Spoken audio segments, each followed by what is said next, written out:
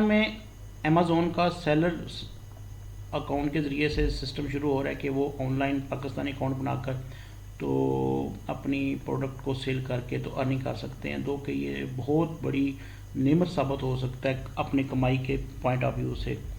तो अमेज़ोन के seller account system में selling policy and seller code of conduct एक पॉलिसी है जो उन्होंने दी हुई है, जिसको फॉलो करना यूज़र के लिए बहुत ज़रूरी है। ये मैंडेटरी हैं पॉलिसीज़ और इनको समझना बहुत ज़रूरी है और इनको फॉलो करना मैंडेटरी है। इसकी वायलेशन पे अमेज़ोन अकाउंट भी टर्मिनेट कर सकता है, सस्पेंड कर सकता है और पेमेंट को भी वो फॉरफिट कर सकता है। तो हम इनको समझते हैं, इनको अंडरस्टैंड करते हैं कि इनकी जो पॉलिसी है उसकी जो प्रोहिबिशन है और उसके अंदर जो मैंडेटरी एस्पेक्ट हैं उनको क्या है और कैसे उनको फॉलो करना है। Seller code of conduct this policy require that the seller act Fairlie and honestly on Amazon to ensure safe buying and selling experience. All sellers must provide accurate information to Amazon and our customer at all time. Amazon बहुत ज़्यादा concerned है इससे कि Amazon को जो information दी जाए account बनाते हुए वो और अपने जो उनके कस्टमर्स हैं उनके जो इन्फॉर्मेशन दी जाए वो एक्यूरेट हो। Act Fairlie and not miss use Amazon feature और सर्विसेज। आपने ऑनेस्टली और आपने लॉ को फॉलो करते हुए आपने उन पॉलिसीज़ को और उनके फीचर्स को Amazon के फीचर को यूज़ करना है, उसको मिस यूज़ नहीं करना। नो अटैम्प्ट टू डैमेज और abuse another sellers their listing और रेटिंग। आपने किसी दूसरे सेलर को जो आप समझते हो कि वो आपका कंपेटिटर है उसको किसी भी तरह से आपने डैमेज अब्यूज़ नहीं करना। No attempt to influence customer rating feedback and review. आपने किसी भी ऐसी अटैम्प्ट नहीं करनी, कोई ऐसी कोशिश नहीं करनी जिससे कस्टमर रिव्यू और रेटिंग आपकी जो है वो बढ़े, जिससे आर्टिफिशियल वो उसका रेट नज़र आए, रिव्यू नज़र आए, जेन्युइन ना हो। आपने ऐसी कोई कोशिश ऐसी कोई अटैम्प्ट नहीं करनी। नॉट सेंड अनसोलिसिटेड और inappropriate communication.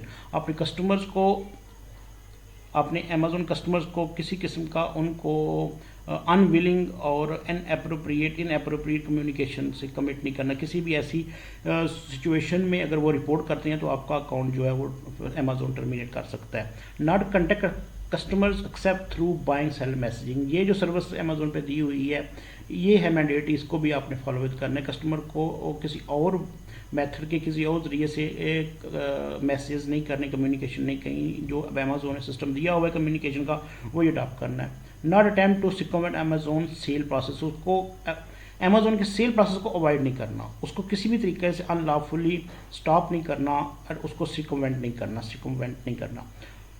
Not operate more than one selling account on Amazon with legitimate business need. आपने जब तक कि आपके दो अकाउंट जेन्युइन बिजनेस अकाउंट ना हो और वो आप उनकी Amazon को प्रायर इन्फॉर्मेशन दे चुके हों तब तक आपने एक अकाउंट से ज़्यादा अकाउंट नहीं बनाना। ये भी Amazon की पॉलिसी के खिलाफ है। Violating code of conduct any other Amazon policy may result in action against your account such as cancellation of listing. अब वो आपकी जो लिस्टिंग है प्रोडक्ट्स की वो कैंसिल कर सकते हैं। सस्पेंशन और फॉरफीचर ऑफ पेमेंट्स। आपकी जो पेमेंट सिस्टम्स को सस्पेंड कर सकते हैं, फॉरफीट कर सकते हैं। And remover of selling privileges. और आपकी जो प्रिविलेज आपको दी हुई हैं Amazon अपने सेलर सिस्टम में वो उनकी प्रिविलेज को वो प्रिविलेज कह रहा है, वो आपको राइट नहीं दे रहा। आप उनकी जो सेलर अकाउंट के ज़रिए से आपको एक प्रिविलेज दी है, कोई सहूलत दी हुई है, उसको फॉलो करना, उसको उनको उस पर एक्ट करना, उसकी पॉलिसी को फॉलो करना आपके लिए बहुत ज़रूरी है क्योंकि वो आपका राइट है, ये एक प्रिविलेज है। More detail about the policy are below. अब और देखिए कि क्यों मैंडेटरी और पॉलिसीज़ हैं वो हम देखते हैं। Accurate information. You must provide accurate information to Amazon and our customer. Amazon को और उनके कस्टमर को सही ट्रू इन्फॉर्मेशन आपने देनी है।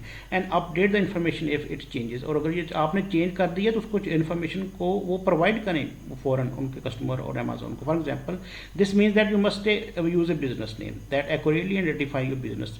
And list your products in the correct category. और अगर आपने अपने बिजनेस नेम को चेंज किया है या उसके अंदर कोई पहले से मौजूद बिजनेस से डिफरेंट है तो आपको वो इन्फॉर्मेशन एक्यूरेटली अमेजन को देनी है। एक्टिंग फेयरली, इसको बहुत ज़रूरी है, इसको देखना है कि you must act Fairlie and lawfully and may not miss use any service provided by Amazon. Example unfair activities include, और कौन सी वो अनफेयर एक्टिविटीज़ होंगी वो हम पढ़ते हैं, बड़ा ज़रूरी है ये। Providing misleading in information to Amazon और आवर कस्टमर, अमेजोन को कोई ऐसी गलत इन्फॉर्मेशन देना और गैर ज़रूरी इन्फॉर्मेशन देना और उनके कस्टमर को देना वो उन अनलॉफुल है और वो उसको उस पर एक्शन लेंगे। Such as by creating multiple details pages for same product का पोस्टिंग फैंसी प्रोडक्ट इमेजेस, ऐसा कोई ज़्यादा एक प्रोडक्ट के ज़्यादा उसके डिटेल पेजेस क्रिएट करना और ऐसी कोई गैर कानूनी प्रोडक्ट के इमेज को लगाना अमेजोन के ख़िलाफ़ है। Manipulating sale rank such as by accepting fake order and order you have paid for, I'm making claim about sale rank and product titles and description. आप ये नहीं कर सकते कि आप दोस्तों और किसी को कह के अपने जो सेल रैंक है उनको बढ़ाएं, ये आर्टिफिशियल है और अमेजोन इसको अपने आर्टिफिशियल इंटेलिजेंस सिस्टम से कंट्रोल करता है। और अगर वो उसको किसी भी तरीके से उसके आ जाती हैं, उसकी निगरानी में आ जाती हैं, उसकी वो पॉइंट कर लेता है तो वो एक्शन लेगा। Attempting to increase the price of product after an order is confirm, अगर ऑर्डर कन्फर्म कर दिया कस्टमर को तो आप अपनी प्राइस को इंक्रीज नहीं कर सकते, ये अनलॉफुल है। Artificial inflating web traffic, artificial अपनी वेब ट्रैफिक को using bots or paying for clicks, for example आपने अपनी वेबसाइट को अपने पेज को आर्टिफिशियली इन्फ्लेट नहीं करना, उसके रैंक को नहीं बढ़ाना, उस पर ट्रैफिक को जनरेट आर्टिफिशियली नहीं करना। दो के लोग अपनी कोई पॉलिसीज़ को टूल के ज़रिए से ये इनकरेज करते हैं कि आप ऐसा करें, लेकिन अगर वो अमेजोन के सिस्टम को नोट कर लेता है उसको तो वो एक्शन लेगा। Attempting to damage another seller their listing, आपने किसी दूसरे सेलर की लिस्टिंग को कंपेटिटर को उस आप सेलर को या कंपेटिटर को उसकी रेटिंग को डैमेज करने की कोशिश नहीं करना। allowing other people to act on behalf in a way that while Amazon policy or your agreement with Amazon, और आपने किसी और लोगों को भी नहीं ऐसा कहना कि आप किसी दीगर उसके कंपेटिटर या सेलर की लिस्टिंग को डैमेज करें यार, और ऐसे बिहाव करें जैसे आपके बिहाव पे कोई और अमेजोन के किसी दीगर सेलर की लिस्टिंग को डैमेज करने की कोशिश करे, वो भी अमेजोन की पॉलिसी के खिलाफ है। नेक्स्ट सेक्शन है rating feedback and review. You must not attempt to influence inflate customer rating feedback and review. You may request feedback review from your own customer in neutral way but may not. आपने किसी भी तरीके से अपनी rating feedback और review को बढ़ा नहीं सकते, इन्फ्लेट नहीं करना। आपने अगर आप सिर्फ कर सकते हैं अपने कस्टमर को कह सकते हैं अपनी रिव्यू करें आप, ठीक है, लेकिन उसके अंदर आपने पे फॉर अदर इंसेंटिव, आप अपने ही कस्टमर को पे नहीं करेंगे और इंसेंटिव नहीं देंगे, ठीक है। सच एज कूपन और free products in exchange of providing A remove feedback review. अगर किसी ने आपको गलत रिव्यू दे दिया है और आपको समझते हैं कि वो आपके खिलाफ जा रहा है, तो आप उसको ये नहीं कह सकते कि भैया मेरा रिव्यू रिमूव कर दो, मैं आपको कोई इसका पे कर दूंगा या आपको कोई प्रोडक्ट फ्री दे दूंगा, ये अमेजोन की पॉलिसी के खिलाफ है। Ask customers to write only positive review and ask them to remove और चेंज रिव्यू। आप अपने कस्टमर को ये भी नहीं कह सकते भाई पॉजिटिव रिव्यू दो, जो जेन्युइन कस्टमर रिव्यू है वो कस्टमर देगा, और अमेजोन की पॉलिसी है कि वही रिव्यू को पॉजिटिव समझता है। Solicit review only for customer to have positive experience. आप ये भी नहीं कह सकते अपने कस्टमर को कि पॉजिटिव एक्सपीरियंस शेयर करें दूसरे कस्टमर के लिए। Review your own product or a competitor product, और आप ये भी नहीं कर सकते कि अपनी प्रोडक्ट्स को और अपने कंपेटिटर की प्रोडक्ट्स को रिव्यू करवाएं आर्टिफिशियली, ये अमेजोन की पॉलिसीज़ के ख़िलाफ़ है। Communication, you may not send unsolicited inappropriate message. All communication to customer must be sent through by seller messaging and be necessary for fulfilling order of providing customer services.